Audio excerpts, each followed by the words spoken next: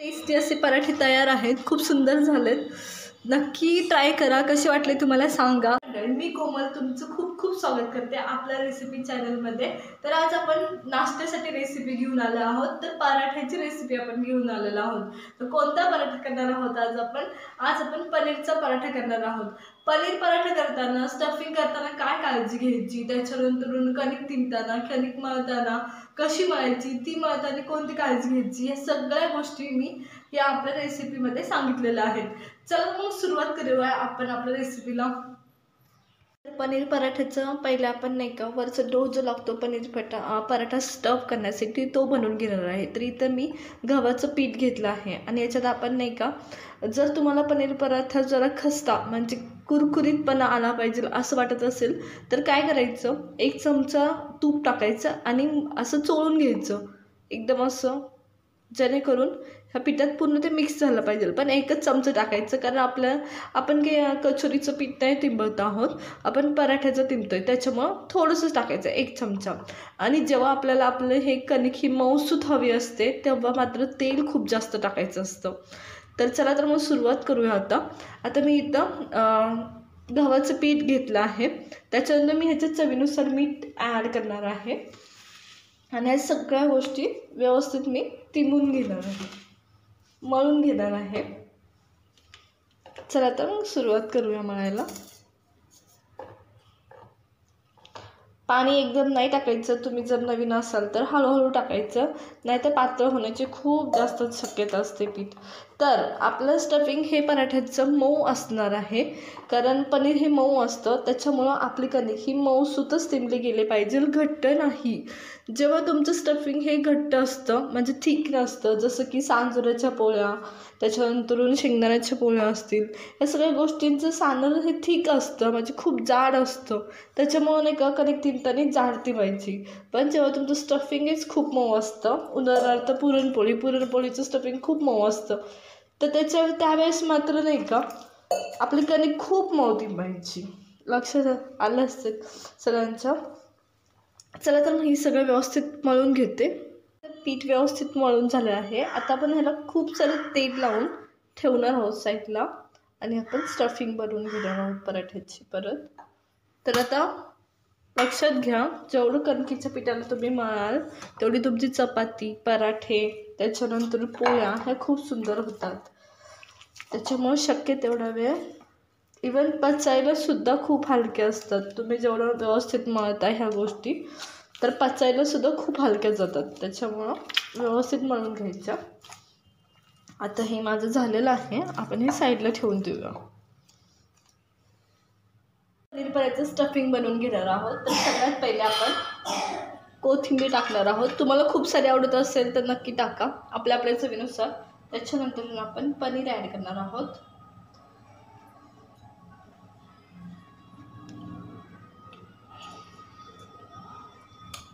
व्यवस्थित असं.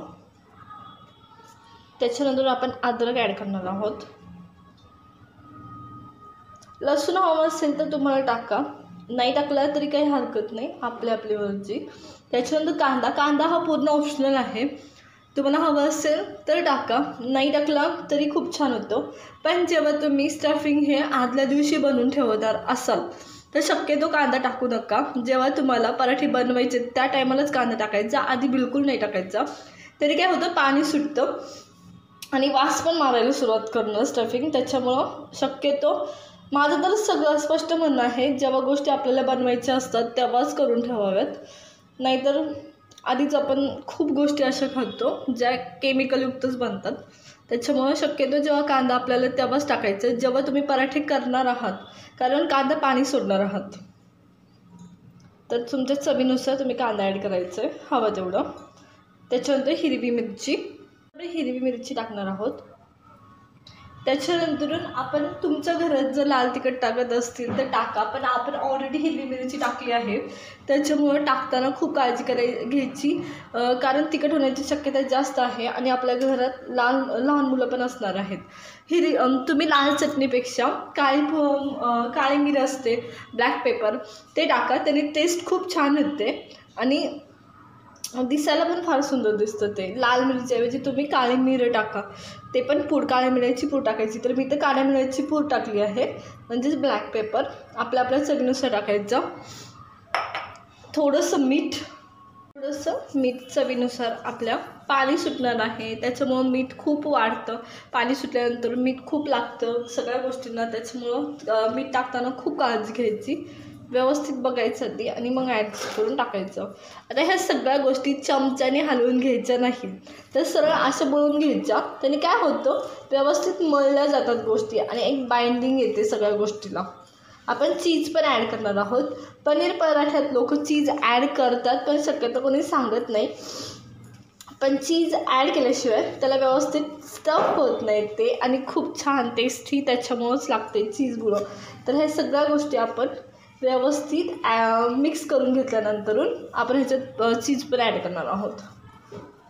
तर तुम्ही पाहत असाल ह्याचा ओलापणा एवढा आहे की सरळ ह्याचा लाडू बनल्यासारखं होतं. असं असलं पाहिजे.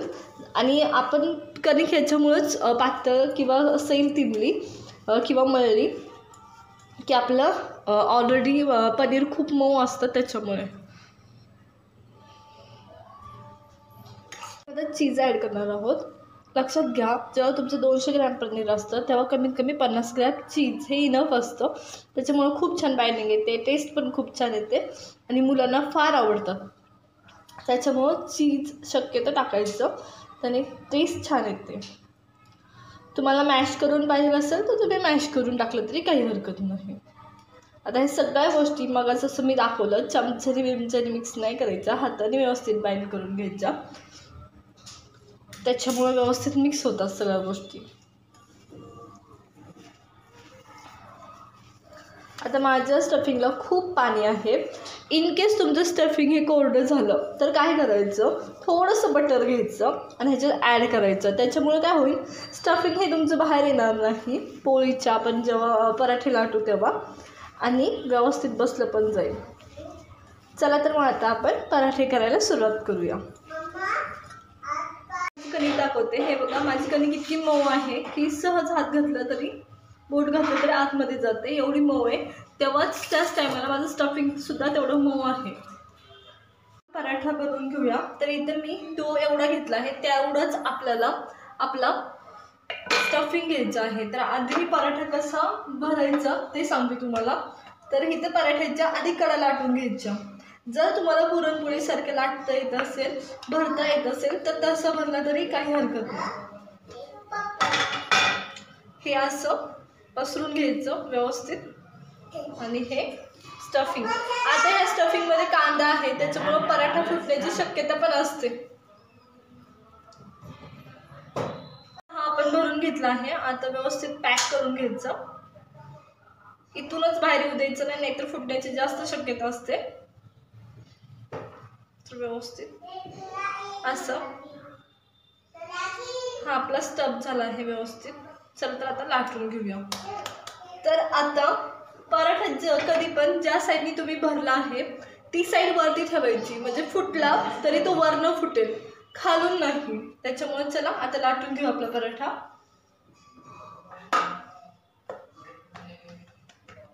माझी आपली भरलेली साईड वरती आहे आणि आपली न भरलेली साईड ही खाली आहे. चला तर मी आता लाटून दाखवतो तुम्हाला.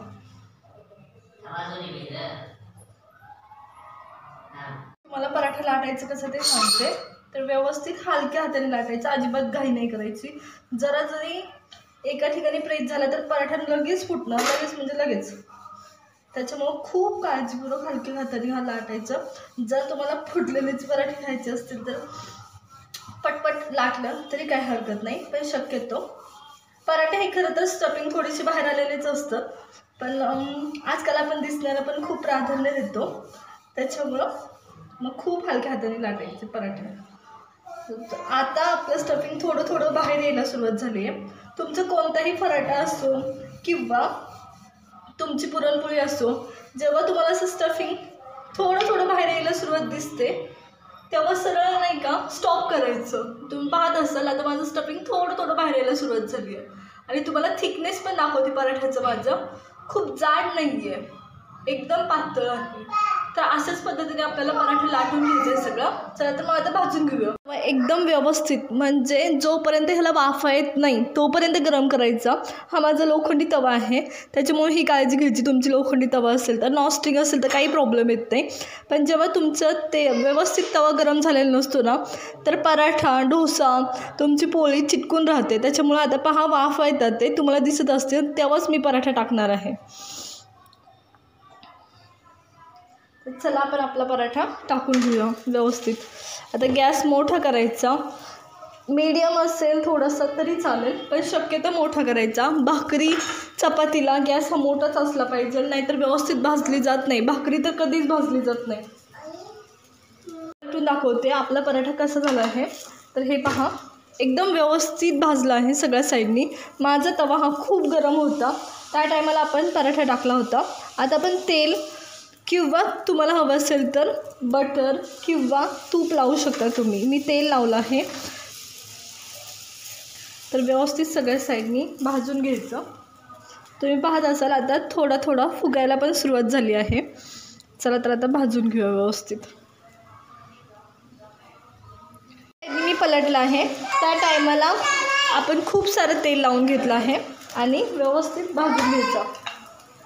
पहिला पराठा तयार आहे तर मी काढून घेते आणि बाकीचे पराठे आपण असेच करून घेणार आहोत.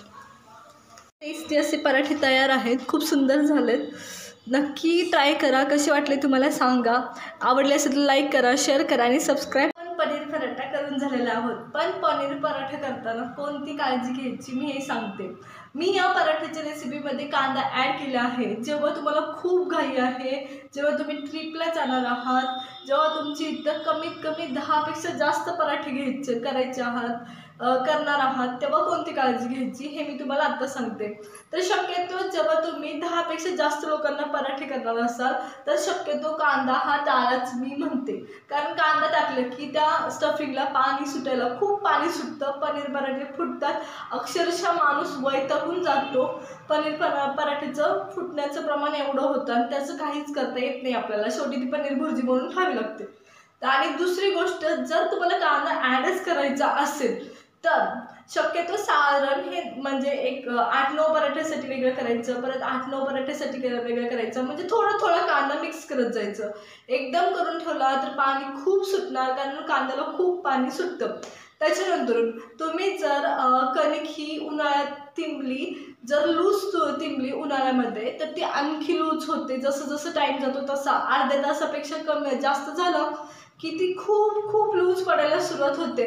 त्याच्यामुळं उन्हाळ्यात कणिक तिंबताना थोडीशी काळजी घ्यायची. लूज तिंबत असेल तर ज्यापेक्षा हवी त्यापेक्षा थोडीशी कमी लूज आपण तिंबणार आहोत ही एक काळजी घ्यायची. आणि त्याच्यानंतरून आपण लाल तिखट टाकलं आहे तर लाल तिखटाऐवजी तुम्ही फक्त काळे मिरी घालून जर पराठे केले तर अप्रतिम होतात. खूप छान होतात. इवन सिंपल खूप झंझट न करता इवन अद्रक आणि लसूण न टाकता काळी मिरी आणि फक्त कोथिंबीर आणि पनीर चीज या 4 गोष्टी टाकून जरी तुम्ही पराठा केला तरी अप्रतिम होतो. खूप छान लागतो तो.